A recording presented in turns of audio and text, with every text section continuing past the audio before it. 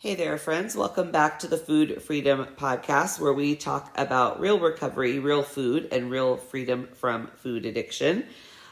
Today's episode might sting a little, but you know what? That's okay. Sometimes the truth has to sting before it can set us free. So let's talk about this.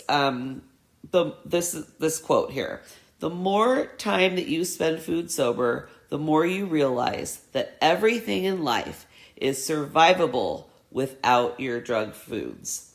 So this is the truth, right? If that statement makes you a little uncomfortable, it's probably a good sign, because your addict brain hates hearing it. So listen, your addiction, whether it's to sugar, carbs, ultra processed junk, it trains your brain to believe that food is the answer to everything. You're stressed? You should eat. You feel lonely? You should eat. You're bored? You should eat. You have something to celebrate? Let's eat. Your heart is broken? Let's eat, right? But here's a hard truth. Food never solves our problems.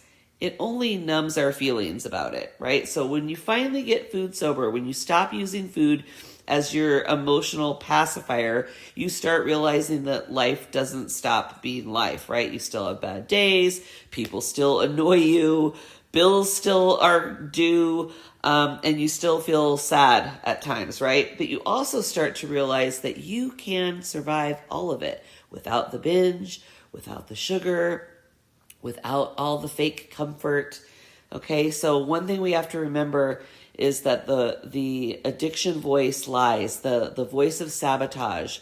The addict voice will tell you, you need this. You can't handle this without food.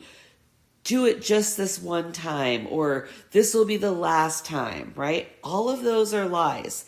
Every time you choose food instead of facing what's really going on, you reinforce the lie that you are powerless and that you can't cope.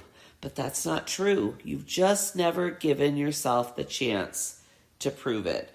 So, our recovery is about learning through lived experience that we can handle discomfort, right? We can sit with emotions, that we can do hard things and do them while food sober. And every time that we survive something without our drug foods, we are building proof. We're building confidence. We're teaching our brain a new story. And we can remind ourselves that, you know what? I don't need to eat to get through this. And so I just want to point out, though, when it comes to food sobriety, it's not that food sobriety doesn't make life easy, right? It makes you strong. So listen, being food sober doesn't mean our life suddenly feels perfect and manageable, right? It means we just get stronger. We get better at managing and handling the things that come at us. It means we stop running, we stop using food as a way to just check out of life, and we start showing up for our life. We're fully present, even when it feels uncomfortable, because we learn that nothing bad is going to happen from us just feeling some uncomfortable feelings, and that's where real peace and food freedom lives. It's not in the next bite. It's not in another so-called cheat day or a cheat meal. It's in the quiet parts that, we learn we can handle life on life's terms. And food isn't going to make it easier. So let's be honest about our recovery. This is a part this is where some of you might want to unfollow me, because I'm not here to sell you the fantasy that recovery is easy. I'm not going to sugarcoat it, literally or figuratively. Recovery isn't always convenient. It's not trendy. It's not a 3-day detox or a new you in 21 days plan, right? It's daily work. It's saying no when it would be easier to say yes.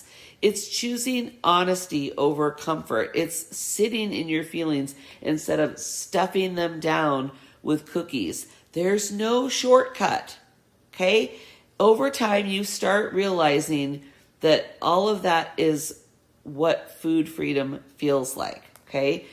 And the challenge is, here's where I want you to think about this week is, what situation, emotion, or stress have you been telling yourself is, quote, too much to handle without food? I want you to write it down, call it out, and then prove that stinking lying voice wrong. You've survived harder things than a craving, okay? I have. I've survived heartbreak, loss, disappointment, pain. You probably have too. And you can survive feeling without numbing it with sugar and other drug foods, okay? Every time you do that, you reclaim another piece of your freedom.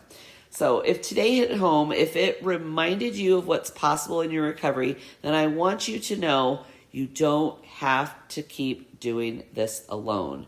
That's what my food freedom program is all about, learning how to live food sober with support, and teaching you how to build a routine and structure, and giving you a community to plug into.